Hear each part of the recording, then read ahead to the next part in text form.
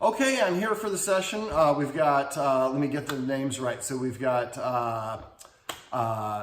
Bailey, Monty, and... This is Bailey. Bailey, yeah, you can't see him. Well, I see a couple of them. And that's Mini. Mini. And so they're Cocker Spaniels. We have two, they're all rescues. We have two older Cockers, and we have Mini, who is about 2, and she's full of beans. And so in this video, we're going to talk about creative ways that you can exercise your dog. Your average dog needs about an hour's worth of exercise every day.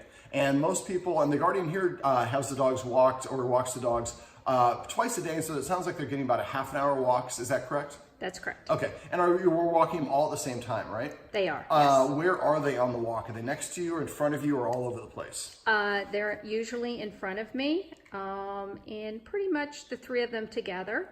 Okay.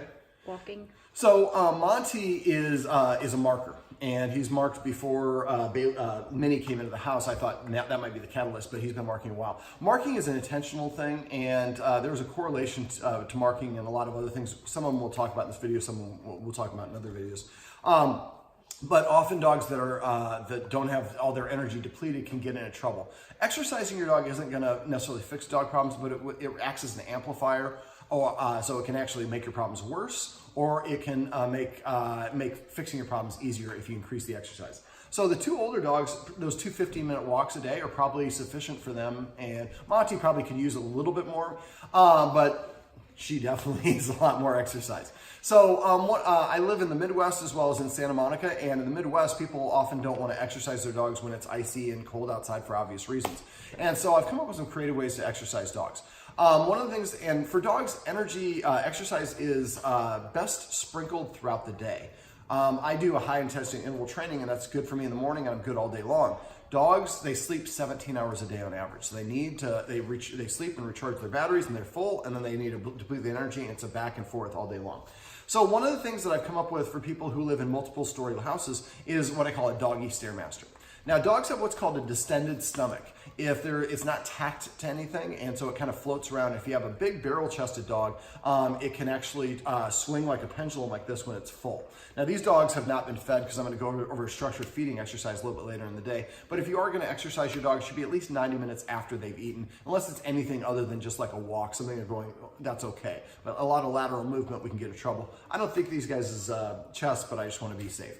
So basically what I do is I go to the top of the stairs, and I would do this with 1 dog at a time, put the other 2 dogs outside, probably start with her, go up there, one last little note about energy. Dogs have a spike of energy in the beginning of the day and the end of the day. So and I'm going to talk about a journal to figure out how we can calibrate that here in a second. So what I do is I go to the top of the stairs, I have a high value training treat. I like using chicken liver. These are the treats that I like using, and I'm going to leave the bag here with the Guardian, but they're Tricky Trainer chicken liver. When it comes to food, the most important thing is the smell, and these have a very strong smell because they have no preservatives. So I touch the dog's nose literally with the treat. When the dog's looking at me, I throw the treat to the bottom of the stairs. The dog runs down the stairs to lick it up. Now, dogs are the only animal on the planet that can read human facial expression besides humans. So I like to use funny command words. So when you throw it down there and the dog goes down there and licks it up, maybe say Mexico. And then when they call the dog back up here, and you might call it, Humboldt, or something that means to go up north, or Canada. And especially words that make people smile and laugh, because dogs should recognize that, and that motivates them to want to do it. So the first time I do it, I would touch the nose and throw it down, and then count each down up as 1. And say the word, anytime you give a treat, you want to say the word after the treat goes into the mouth. That kind of activates the pleasure receptors, makes the dog a little bit more favorably looking at that or hearing that command word. So I would basically keep doing this until Minnie is like, you're crazy. I've been there 48 times. I'm not going down there anymore, no matter how delicious the treat is. So now we know what her maximum number is, and it's going to be different for each dog.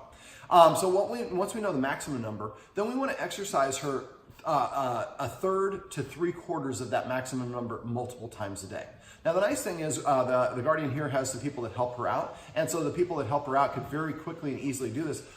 I don't think she'll be at 48. She'll probably be 30, I'm guessing, on the stairs. Could be more. Does that mean 30 treats she gets? 60, actually. So we would be tearing these treats in half so that she gets, these are about 3 calories each, and for dog equivalent. And so, and she might want to lighten her feeding a little bit, but I mean, their weights all look good. And so we don't want to make our dogs fat, but we want to, and this is not all the time. At first, we were going to do this to motivate and to give a command word. After a while, you should be able to say Mexico, and then you're going to give treats, but intermittently, not every single time you do it. So you give her a treat at the top of the stairs? And the bottom of the stairs. So and and you say a word like Mexico at the beginning. So when you throw it down and she goes down and licks it up, you say Mexico. Then you call her back up and give her another treat, and this one you would say Canada. And then you throw another one down. When she licks it up, you say Mexico. When she comes back up, she gets Canada. That'll be the first several times. You get every single time when she goes up or down, she gets a treat. Otherwise, she might stop, lose interest. So once you know what the maximum number is, then you want to exercise her that a couple of times a day. Usually exercise is best done every 2 to 4 hours. And so to get, if she does like, let's say 30 up downs on the stairs, that would be the equivalent on a walk of probably like a 30-minute walk. That's why it's a nice steady cam. And so one of the dogs just, that's Bailey. Monty. That's Monty. I'm sorry. Monty is the black one. I just started, so I'll get him by the end of the session. So basically, to get Mini the same walk as 30 up downs on the stairs would probably be like a 30-minute, 45-minute walk. Going up and down the stairs would probably be about 3 to 5 minutes. So it's much more efficient. The dog's going up and down, which is more strenuous, so burning more calories. Have to have dexterity with the stairs, and they're running as opposed to walking. So it really helps in a multitude of ways. Now, one of the things I like to do is figure out how much exercise the dogs need, because it's very subjective, and it's going to vary day by day, but there is kind of a core block or amount that each dog will do well with. So what I would do is start an exercise journal. Get a spiral notebook, write down the date at the top, and then write a column for a name for each dog, and a column for each one, and then write the times on the left side. So in the morning at like 8:15, and you can put down all the noteworthy dog stuff. Fed him at 8:15. At like 9:30, we did the stairs. Or we might want to do the stairs first and feed them afterward.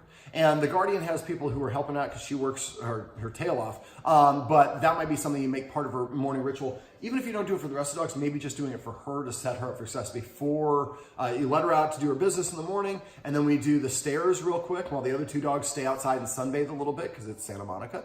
And then we deplete her energy. They come inside. It's going to be easier for them to deal with her because now instead of her wanting to jump up, hey, play with me, we've taken care of it. She kind of annoys the dogs a little bit, the older dogs, because she's like, play with me, play with me, play with me. If we don't give her the exercise that she needs, she's going to look for any alternative. A lot of times they chew, they jump, they bark. There's a lot of other things that we don't really like. So the idea is we write down the time and how many like say 38 up downs on the stairs. And we feed them. And then maybe they go for a walk a couple hours later. We write down time and how long the walk was. Other things you can do is I have a laser here, and some dogs will like to chase a laser. And now some dogs, it's not healthy for them to chase laser. They get frustrated or they get like manic about it. So if your dog acts like it's addicted to drugs when it's around, that's probably not a healthy activity for your dog. We want to make sure it's a safe, happy one. So when you do it, you just put it in front of the dog, and if they chase it, some dogs actually can't see it. And they'll chase it around the house. So it can be fun, and you have them doing laps, and so you maybe time how long that they're doing that. And then do they like to play fetch? She likes to play fetch. She does. The rest of them just like to play with their toys, but keep them. Sit. So fetch is a wonderful way to burn energy as well, because again, it's another pursuit game. And so the idea is get these, write down how much of each of these exercises they get. One last one, being cockers, they actually have pretty good sniffers. And so one of the things I like to do is give them, is do something called scent games. Scent meaning with the nose. And so basically you put the dogs away, you hide a couple treats in the room. And don't hide them like under carpet or something, because sometimes that promotes digging. But just like, if this is the post of the leg of the couch and this is the actual couch, maybe you just put it right behind the couch. And the dog walks around the corner, oh, a treat. And so when they find it, you say hunt or search or whatever the word is. And so using the nose controls 60% of their brain, and it's very stimulating for them. It's also draining, physically draining. I sat down to prep my taxes to get overcharged by somebody who actually filed my taxes. And I sat down, I'm pretty active. I sat down for 6 hours. I got up, I was exhausted. And all I did was use this muscle. So it's a nice way to burn some energy for your dog as well. So the idea is to figure out how much exercise the dogs need. And then for the exercise, to do that, we do keep the exercise journal for about a month. And so basically we write down the time, how much exercise these activities are. And at the end of the day, we give each dog a letter grade, A through F. And if the dog got anything other than an A, the next day we give a couple extra repetitions, or if it's a low grade, a whole extra exercise. So we'd like to see a variety. We'd like to see maybe 2 walks a day. Maybe the stairs is a really efficient one. So maybe 3 stairs a day, and then maybe a game of fetch or 2. For her, one of the things you might want to consider is getting an iFetch. It was on Shark Tank. It's a machine that lets the dog play fetch with itself. So you set it up like over there, and the dog just puts it in there and runs down. And so you don't have to do that. You can just kind of give the dog the command word, and the dog goes over and plays fetch by themselves. So the idea is play around with the elements until eventually the dogs all have an A+ behavior day. Now you know how much exercise they need, and then you can structure that and schedule in our lifestyles. We live such busy lifestyles. We're like, okay, I got 15 minutes, I can walk the dog and do this, and the dog doesn't cooperate. And we're like, look, I'm doing this for you, and that makes us stressed, anxious, and frustrated. And the dogs can sense that, and they're like, well, I don't want to do that activity. It didn't seem to make the human very happy. So the more that we get the dog used to doing these sort of things, the more the dog's gonna be comfortable and not have all that extra energy to bark ad nauseum or to jump up on people and all the rest of that stuff. Like I said, it's not gonna fix the problems, but it will make fixing the problems easier. Now, do you recommend doing it for these 2 dogs as well? I would do it for all the dogs, but like for them, they might, these guys might be exercising. The dogs are right underneath the camera, but they might exercise, get like 5 or 10 up downs on the stairs. Where again, I'm guessing she's gonna be like 30 to 50 range. And so, but we don't want to leave them out because they will like it and it's good for them.